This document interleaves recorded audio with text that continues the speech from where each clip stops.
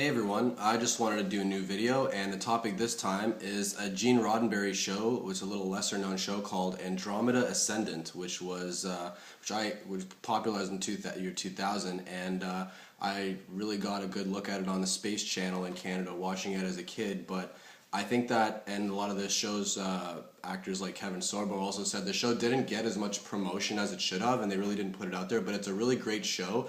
It's not really like Star Trek in a lot of ways, like there is a crew and it's a spaceship and everything, but it's really, really different than Star Trek. So it has a lot of different cowboy-esque, more military, but also it has funny aspects, it has a comedic aspect, it has a lot of, like, a lot more sophisticated philosophy ideas impacted into it as well, put into it, but which are similar to Star Trek. So you can see a little bit of the Gene Roddenberry influences as well. But so it's a Gene Roddenberry piece for sure. But you can also see how it kind of ended up being a legacy for him, because it was something that he created during the time that the original Star Trek was aired. So in 1969, around that time, he finished writing it, but it wasn't put into practice and produced until after he had passed away, unfortunately. So it is kind of a legacy for him and some of his ideas that he never really got to see put into practice, but really ended up doing well.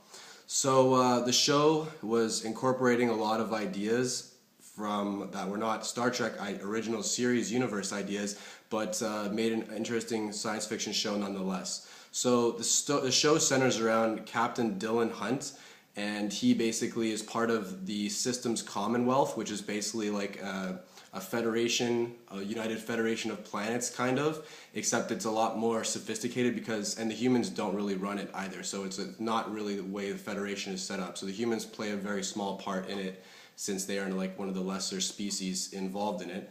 The Veterans seem to run it, and basically, and some of the other species as well, pre-human. So there's also these ideas that civilization in this situation is actually more of a dystopia, because in Star Trek everything is kind of run in this law and order in a certain way provided by the Federation and by Starfleet.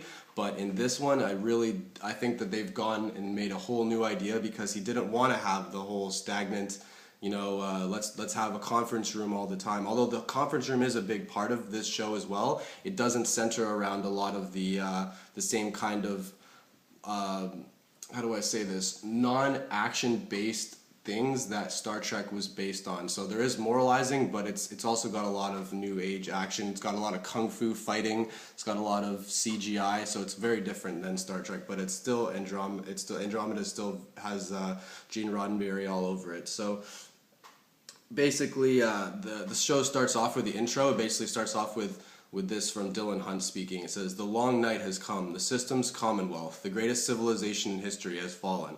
But one ship, one crew has vowed to drive back the night and rekindle the light of civilization." So the dystopian future is quite different from Star Trek. Dylan's mission as one of the survivors who was trapped of the fallen Commonwealth was trapped in a state of suspended animation by being trapped in an event horizon by a black hole.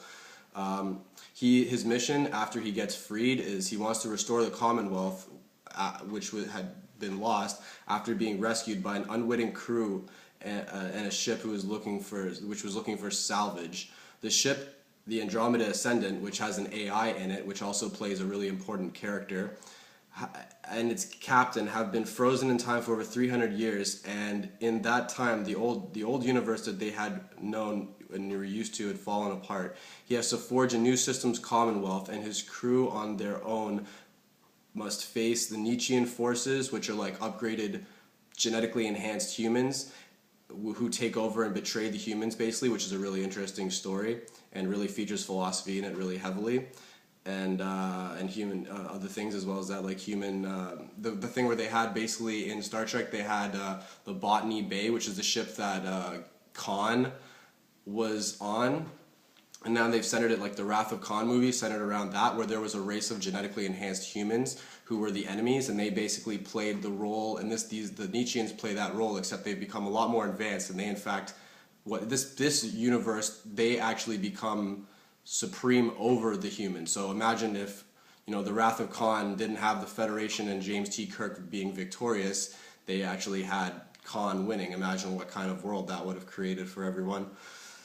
So, yeah, so they also had another bigger threat in the background, which also kind of reminds me of Game of Thrones in a way, the Magog, who were created by, who are like animal creatures, like who mass swarm you and eat you basically and lay eggs inside you, kind of like alien, but also kind of, they look kind of like creatures, like dog, bear combinations. Created by the spirit of the abyss, which is a godlike creature bent on wreaking havoc on the known worlds or the universe. So it's a really interesting show. It's got lots of interesting topics, and I think he took some ideas that he didn't fully articulate in Star Trek and really thought them out a lot more. And it definitely, you can see the Wrath of Khan influence in there with the Nietzschean stuff, and a lot more philosophical too.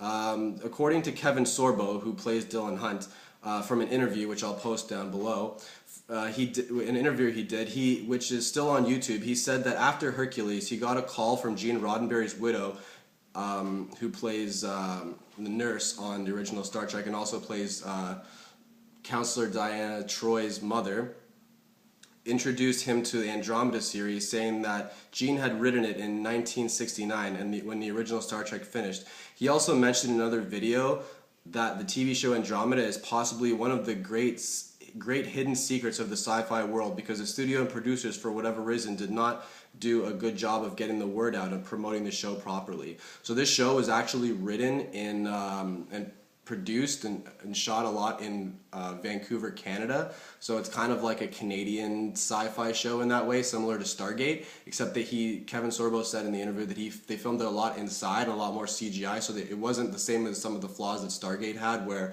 a lot of the planets looked the same because it was BC over and over again. They were shooting outside and they had to play with those restrictions they had.